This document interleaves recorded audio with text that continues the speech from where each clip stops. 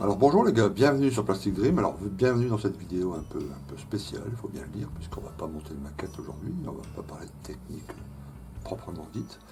Alors, vous savez comment je fonctionne avec mes tutoriels, hein. On me pose des questions sur le forum, sur Facebook, par email, etc. Et quand il y a beaucoup de questions sur un même sujet, je me dis, et que je connais le truc, je connais la technique, bon, là c'est le moment de faire une vidéo et je fais une vidéo. Comme la dernière sur le pinceau, ouais, pour la peinture au pinceau pour les maquettes. Voilà, et depuis longtemps, je reçois beaucoup de questions, pas des questions, mais plutôt des affirmations du style mais moi j'arriverai jamais à faire des maquettes aussi bien que les tiennes, j'ai pas la patience, je suis trop nerveux, ça va pas assez vite, ce genre de questions, vous voyez, enfin ce genre d'affirmation, ce genre de. Voilà. Alors je me suis dit que je ferais bien une vidéo là-dessus, parce que mon expérience va peut-être vous aider. Et je vous explique un peu. Alors ça, vous allez entrer un peu dans ma vie privée, mais j'ai pas d'autre choix que pour vous expliquer. En fait, c'est beaucoup plus large que ma passion pour la maquette. Vous voyez. Euh, voilà, il y a une trentaine d'années, j'étais un modéliste comme beaucoup d'entre vous maintenant, c'est-à-dire assez nerveux, et j'étais surtout très, très impatient que ma maquette soit terminée. C'est-à-dire qu'avant d'ouvrir la boîte, même avant d'ouvrir la boîte, je voulais qu'elle soit déjà assemblée et aussi belle que celle que je voyais à l'époque, il y a 30 ans, dans les magazines, etc. Donc j'allais très très vite, hein, je montais 30, 40 maquettes par an, voire plus. Et j'avais surtout le syndrome de jamais terminer ce que je commençais. Voilà. C'est-à-dire que je voyais à l'époque, bon, c'était pas les sites web, c'était les magazines. Donc j'achetais les magazines, Master ou d'autres, répliques, et je voyais une maquette qui me plaisait. J'achetais voilà, j'allais au magasin, là aussi, pas de vente en ligne, hein, j'allais au magasin du coin, j'achetais la maquette. Et puis, voilà, je commençais à la monter très vite, sans trop regarder la notice, enfin, sans trop étudier à fond la notice ni l'appareil réel. Voilà, à l'époque, là aussi, pas de web, donc pas de recherche, machin. J'avais quelques bouquins, mais quelquefois c'était compliqué. Et à peine après avoir refermé le fuselage, je commençais déjà à me lasser parce que je voyais que le cockpit n'était pas comme celui qu'il y avait dans le magazine, il n'était pas aussi chouette, quoi, tu vois. Donc je me lassais un peu, bon, un coup de peinture, mais là aussi c'était pas terrible. Les décals, mais là aussi, sur mes décals à moi, on voyait le film autour, c'était pas aussi bien posé que ceux dans le magazine, c'était pratiquement invisible. Du coup, bon, hop, je posais ça sur une étagère et puis hop, je me prenais de passion pour une autre boîte, etc., etc. J'ai eu pendant très longtemps sur mes étagères des maquettes qui n'étaient pas terminées, quoi, et puis qui n'étaient pas terribles. Et je comprenais pas vraiment pourquoi les autres arrivaient à faire des trucs extraordinaires et puis moi pas. Et puis il y a eu un événement dans ma vie qui a tout changé, tout bouleversé. Bon, c'est là que vous rentrez un peu dans ma vie privée. Très jeune, j'ai perdu mon épouse, une maladie grave. Ça s'est fait très rapidement, en 3 mois, et je me suis très vite retrouvé tout seul avec 4 enfants à élever. Alors si vous voulez, après un événement pareil, bon, ma foi m'a beaucoup aidé, mais inutile de vous dire que côté, enfin, maquette, tout ça, tout tombe à l'eau, quoi. Il n'y a plus rien qui compte, à part votre douleur, et puis après, il faut bosser, il faut quand même continuer à aller de l'avant et s'occuper des enfants, etc. Donc ma famille, ma maman habite dans le Nord, donc je suis moi sur Paris, donc j'ai élevé mes enfants tout seul. Je me suis pas remarié depuis, mais j'ai senti que j'y arriverais pas à élever mes enfants, à avoir 2 boulots, parce qu'évidemment, vous savez, il y a des familles à Paris, des couples, qui élèvent 2 enfants et qui ont 2 salaires et qui n'y arrivent pas beaucoup. Moi j'étais tout seul et j'en avais 4. Donc j'ai bien compris qu'il fallait que je prenne 2 boulots. Donc pendant.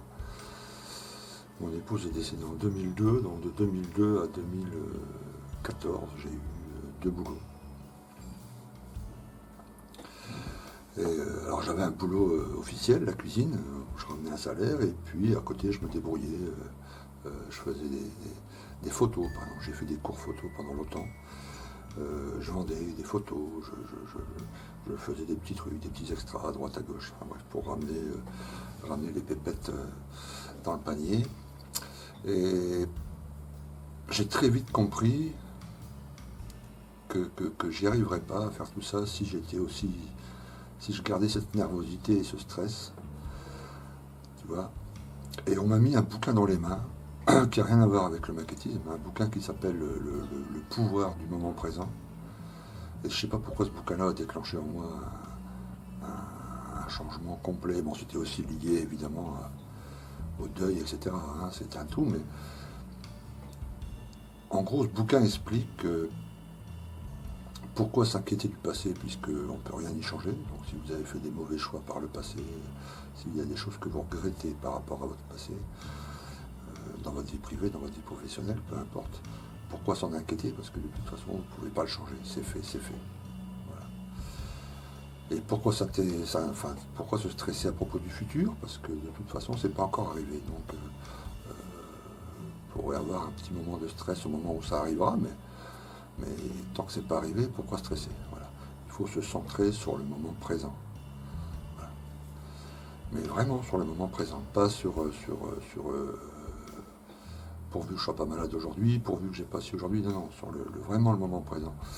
Alors, il faut lire le bouquin et puis il faut être dedans, mais une fois qu'on a assimilé ça, il n'y a plus de stress. Enfin, moi, mon stress a complètement disparu.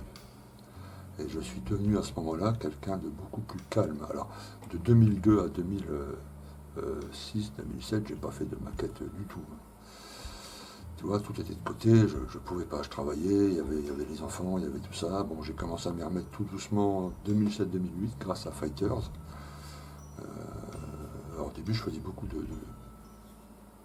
j'étais beaucoup sur le forum Fighters, je montais pas beaucoup, parce que j'avais pas le temps. Mais je faisais des trucs j'étais un peu modo, enfin j'étais modo sur Fighters, donc je faisais des coups de main pour modérer tout ça. Ça m'a ramené un peu tout doucement dans le monde du maquettisme. Et puis après, mes enfants ont grandi évidemment, donc ils ont commencé à quitter le nid familial. Donc j'ai commencé à avoir plus de temps. En 2014, j'ai pu arrêter un boulot, donc depuis 2014, j'ai plus qu'un seul boulot. Donc, ce qui m'a laissé beaucoup de temps, beaucoup plus de temps évidemment. Et c'est là que j'ai commencé à m'apercevoir que ça avait une bonne. Ce fait d'être calme et détendu et tout ça, ça avait une bonne influence sur mes maquettes, quoi. Okay. Et quand j'ai commencé à refaire des montages, disons, plus sérieux, 2014-2015, j'ai été très étonné des résultats que j'obtenais grâce au calme. C'est-à-dire, au lieu de monter une maquette en 15 jours, je la montais en un mois et demi. Et je faisais chaque étape tout doucement, etc. Le calme, je regardais beaucoup de vidéos, et je zappais pas dans les vidéos. Tu vois, une vidéo qui dure 35 minutes, je la regardais 35 minutes. Tu vois, et si j'avais pas compris, je la re-regardais le lendemain, etc. Bon. Et je me suis très vite aperçu que mes modèles étaient de mieux en mieux. Alors je sais pas. Il faut que je fasse attention quand je dis des choses comme ça, parce que vous pourriez croire que je m'enhance et voilà, que je vous dis là en direct sur YouTube, je suis un grand maquettiste. C'est pas le cas du tout. J'ai encore beaucoup de choses à apprendre et je ne suis pas un très grand maquettiste. Disons, j'ai cette passion du partage et de la pédagogie. C'est pour ça que je fais toutes ces vidéos. Maintenant, je ne suis pas un master, entre guillemets. Mais je vois que mes modèles sont vachement mieux qu'à une certaine époque, à l'époque où j'étais stressé et nerveux. Donc voilà, tout ça pour vous expliquer que la nervosité et le stress, vouloir toujours être rapide, c'est pas bon pour le maquettisme. Okay. Alors c'est pas vraiment une grande critique envers vous, c'est pas quelque chose que vous avez mal fait. Je parle à ceux qui justement m'ont envoyé ces messages et qui sont très stressés. Il y a l'époque aussi qui veut ça. Voilà. On vit une époque où il faut aller vite, où tout va très très vite, tout va trop vite. Voilà. On ne prend plus le temps de bien faire les choses, d'aller doucement, etc. Il faut que ça aille très vite. Et évidemment, quand on a été élevé dans cette société-là et qu'on n'a pas fait de travail un peu sur soi-même dans ce domaine-là, Voilà. Quand je balance une phrase, va doucement dans, dans le montage, tout ça, c'est pas souvent compris, quoi. Euh, voilà, c'est juste de la patience. C'est vraiment, la maquette, c'est vraiment une école de la patience. Ok. Et le fait d'apprendre à être patient, de faire des efforts à être patient dans le maquettisme, ça va se refléter sur toute votre vie, évidemment. Moi, c'était mon cas. J'ai beaucoup travaillé là-dessus, en maquettisme, sur la patience, sur le fait d'aller au bout de chacun de mes projets, ok, de ne pas entamer un autre projet avant d'avoir fini un. Je le fais maintenant parce que je fais des vidéos, donc je, voilà, je voudrais attirer un maximum de gens à regarder mes vidéos. Donc du coup, je fais des blindés, je fais des avions, j'ai toujours 2 ou 3 modèles en cours. Et voilà, j'intervalle comme ça les vidéos pour que tout le monde soit à peu près satisfait du truc. Ok. Je touche pas aux voitures moto parce que la place est bien prise par Fabio par exemple, et par d'autres modélistes qui font un truc. Donc je m'intéresse moi à ce qui me plaît vraiment, les blindés et les avions. Mais avant de faire des vidéos, je n'ouvrais jamais une boîte avant d'avoir terminé notre boîte. C'était dur quelquefois, j'avais envie de le faire. Euh, J'avais quelquefois envie à peine avoir posé le décal sur un modèle, commencer un autre aussi. J'arrivais beaucoup mieux à ne pas le faire. Et depuis 2014, toutes les maquettes que j'ai construites, j'ai abandonné, je crois, 2 projets. Et c'était pas par manque de patience, c'était parce que le modèle s'emboîtait mal. Moi, je suis un maquettiste Tamiya, vous voyez, je suis pas un maquettiste LR. Voilà. J'ai des potes qui sont maquettistes LR, entre guillemets. Je parle pas seulement de la marque LR, je parle du fait d'avoir une maquette, d'avoir tout à refaire. Il faut refaire la gravure, il faut rajouter des pièces, il faut faire du scratch, il faut vérifier chaque côte, chaque longueur, parce que le fabricant de la maquette a fait n'importe quoi. Il y a des gars qui adorent ça, et ça je critique pas, c'est génial. Chacun a une vision du maquettisme. Moi j'ai pas une vision comme ça, moi je suis plutôt un maquettiste Tamiya, c'est-à-dire que je veux que la boîte soit déjà, que la maquette soit déjà, qu'il n'y ait pas trop de scratch à faire et pas trop de modifications, de regravures, etc. Donc pour en revenir à notre sujet principal, le conseil numéro 1 que je peux vous donner, c'est ça, c'est apprendre la patience. C'est long, ça peut passer par un bouquin, ça peut passer par des vidéos, il y a des vidéos sur YouTube qui explique le zen, la méditation, etc. Si vous arrivez à maîtriser ça, votre stress et votre nervosité, cette envie d'aller vite et d'avoir fini, etc., avant d'avoir commencé, cette envie de commencer un deuxième modèle alors que vous n'avez pas fini le premier, et d'avoir des tas de modèles non finis, la solution, c'est de passer par ça. Passer par votre gestion du stress et de la nervosité, en gros. Okay, et en plus, je vous dis, ça va se refléter sur toute votre vie, et dans votre vie privée et dans votre vie professionnelle. C'est beaucoup plus calme et beaucoup plus vivable d'avoir une vie comme ça, calme et détendue, que d'avoir une vie stressée. Alors évidemment, tout ça c'est assez personnel. Enfin, je veux dire, voilà, il y a des gens qui sont nerveux et ils vont bosser, voilà, avec le boulot, etc. Et c'est le milieu dans lequel ils vivent, etc. C'est un peu compliqué comme ça, de se dire d'un seul coup, bah, ça y est, à partir de demain, je vais être tout calme et tout détendu. C'est un long processus, ça prend un peu de temps, mais une fois que vous l'avez, une fois que vous avez voilà, acquis ce petit truc, ça éblouit toute votre vie. C'est vachement mieux d'être calme, et même question santé, etc. On se sent vachement mieux quand on est calme et détendu que quand on est nerveux et stressé. Donc voilà. Essayez. Alors une des techniques que j'ai fait moi au début, hein, c'est de considérer mes montages en plusieurs groupes, quoi. Je m'attachais plutôt au sous-groupe qu'au groupe entier, qu'à la maquette entière. Par exemple, tu vois, mentalement, je considérais que le cockpit, par exemple, c'était un kit entier, quoi. Voilà. J'allais au bout du cockpit et je faisais du mieux que je pouvais. Tu vois. Après, pareil pour l'assemblage, la mise en croix, comme on dit. Voilà. Plus de traces de jointure, regravure, il fallait que ça soit nickel, j'ai passé un temps fou s'il fallait, une fois que c'était fait, j'étais satisfait, tu vois, etc. Pareil pour la phase décale, pareil pour la phase peinture, pareil pour la phase vieillissement. Les trains, par exemple, tu vois, on les fait toujours à la fin, c'est un moment où quelquefois avant, en tout cas j'étais lassé, donc je les faisais n'importe comment. J'ai commencé à faire mes trains au tout début, quand j'ouvrais la boîte. tu vois, pour les faire bien nickel et les avoir bien nickel à la fin, tu vois. Et après l'assemblage final, et c'est comme ça que j'ai réussi à avoir mes premiers modèles vraiment terminés, quoi. Et une fois que vous en avez fait un et deux et trois, tout ça se met en place naturellement et on est hyper satisfait d'avoir des modèles qui sont vraiment finis, c'est-à-dire il n'y a plus rien à ajouter dessus, vous avez fait tout votre possible. Ok. Et c'est là après que vous pouvez voir la progression de vos maquettes, quoi. Voilà. Une fois que vous les avez sur une étagère, de la première que vous avez fait comme ça jusqu'à la dernière que vous avez faite, vous allez voir de vous-même, avec un peu de recul, la progression et la qualité qui augmente au fur et à mesure du temps. Et c'est normal, hein, à chaque fois qu'on fait, peu importe que ça soit, de la maquette ou de la cuisine, plus on cuisine, plus on maquette, plus on s'améliore, plus on découvre les techniques. Voilà. Après, il y a évidemment la notion du partage, il faut partager entre nous, regarder des vidéos, pas seulement les miennes, hein, je ne me fais pas une pub rien que pour moi, mais il y a plein de vidéos, pas beaucoup dans le monde francophone, bon, moi, Fabio, Thierry, d'autres chaînes francophones, il y a quelques trucs à voir très sympas, et voilà, il faut piger partout, il faut prendre du temps. Vous voyez, je vois beaucoup sur le forum, par exemple, French Plastic, des gars qui posent des questions, alors que les réponses sont dans les vidéos, les miennes ou celles de... Les réponses sont là. Seulement, la vidéo dure 40 minutes et quand je leur dis, mais regarde cette vidéo, j'ai expliqué la technique dans cette vidéo, le gars me répond très simplement, mais j'ai pas le temps de regarder tes vidéos. Bon, ça c'est pas bon, tu vois. Alors là, encore une fois, je parle pas que de mes vidéos, hein, mais si tu n'arrives pas à trouver 40 minutes à un moment de la journée ou de ta semaine pour regarder une vidéo de 40 minutes qui explique le masquage, c'est un exemple, ne crois pas qu'en une seule phrase, je vais t'expliquer la technique.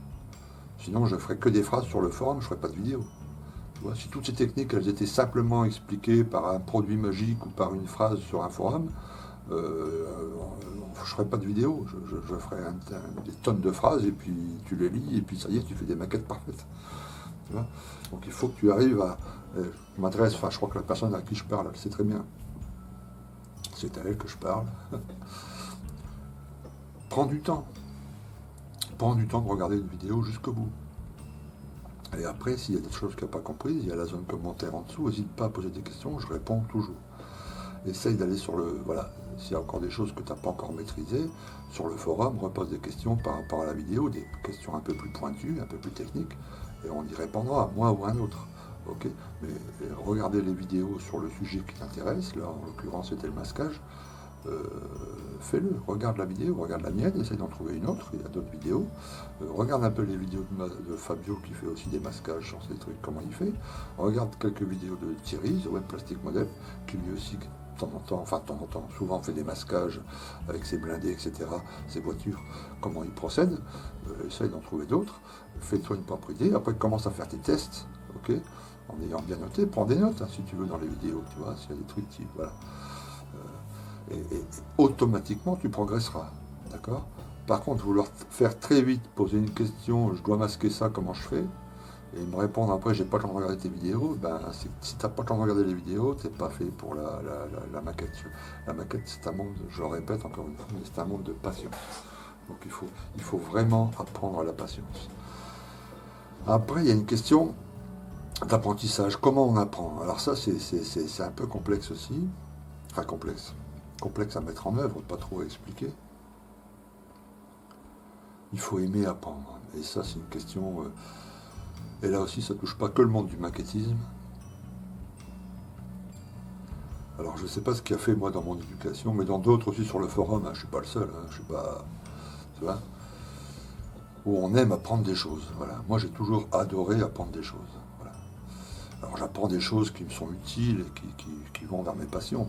Bon, j'ai pas que le maquettisme, tu vois, je fais d'autres petits trucs. Tu vois, j'ai beaucoup aimé la photo à une époque, j'aime beaucoup la peinture, l'aquarelle, tu vois, etc. Qu'est-ce qui a fait que j'aime apprendre des choses? Je sais pas, la curiosité, voilà. Quand on veut bien apprendre les choses, il faut avoir beaucoup de recul, pardon. Faut pas être borné sur un sujet, tu vois. Moi, c'est pas parce que j'ai des années de maquettisme derrière moi que je fais des vidéos, que j'ai une petite chaîne qui fonctionne un peu, que j'estime que je peux plus rien apprendre. Tu vois, Je vais régulièrement sur des forums anglo-saxons, tout ça, où je vois des techniques nouvelles, tu vois, pas seulement liées à des produits nouveaux, hein, des techniques tout simplement de peinture, faites par des gars qui sont depuis un an ou deux dans le modélisme. Ils ont juste une idée qu'ils ont développée et puis ça fonctionne, c'est bien. Je me sens très humble par rapport à ça. Il y a aucun souci. Moi, si un mec qui fait du marketing depuis un an m'explique un truc et que ça améliore mes montages, etc., je le prendrai, je ferai sa technique, tu vois, sans me l'approprier, mais je ferai enfin, tu vois, voilà. Si ça aide, il n'y a pas de souci. C'est pas parce que, voilà, et en cuisine, il faut faire la même chose dans mon métier, tu vois. Euh, Ça m'arrive régulièrement qu'un gars qui vient de commencer, 21, 22 ans, me montre une technique qui est plus rapide que la mienne. Moi, je suis cuistot depuis 37 ans, tu vois. Et à ces gars-là, je leur dis, putain, bravo mec, tu m'as appris un truc, c'est vraiment génial, je vais pouvoir aller plus vite, et après j'enseigne cette technique à d'autres, tu vois, pour partager. C'est ça en fait, voilà. Il faut avoir du recul, il faut prendre du temps, et il faut prendre des notes, il faut aller jusqu'au bout de la chose, quoi, voilà. Pour revenir à l'exemple du cockpit, par exemple, s'il y a des choses que vous n'avez pas compris dans le cockpit, la pose d'une photo découpe, comment on fait les cadrans, etc., voilà, faut aller au bout, de façon à ce que quand votre cockpit est fini, pour vous, tout est parfait. Voilà, c'est ça, tu vois, c'est la recherche de la pièce parfaite, de l'étape parfaite. Il faut pas que ça, enfin, c'est pas obsessionnel, hein, contrairement à ce que vous pouvez croire. Il n'y a pas de stress là-dessus. Moi, quand je commence un kit, je j'ai pas de stress. Est-ce qu'il va être réussi? Est-ce que je vais réussir à nanana? Pas du tout. Chaque étape, je vais à fond, je fais du mieux que je peux. Et s'il y a une étape que je comprends pas, ou je voudrais faire tel effet, mais je ne sais pas comment le faire, j'arrête le montage. Et puis je réfléchis au fur et à mesure du temps, ça prend quelquefois des jours, je regarde des vidéos, je ressors des vieux magazines, je regarde comment les autres ont fait, j'essaie de mettre au point, je fais des tests sur une vieille maquette. Alors quelquefois le montage est en suspens une semaine, 2 semaines, 3 semaines, c'est pas grave.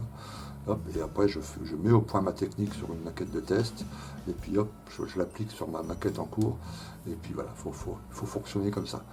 Donc, vous voyez, facile à expliquer, on a quand même pris là, je sais pas, ça fait peut-être 20-30 minutes qu'on discute ensemble, facile à expliquer, pas facile à mettre en œuvre, hein, voilà. Mais tant que vous ne gérez pas votre stress et votre nervosité, tant que vous voulez monter des maquettes en 4 jours et en monter 50 par an,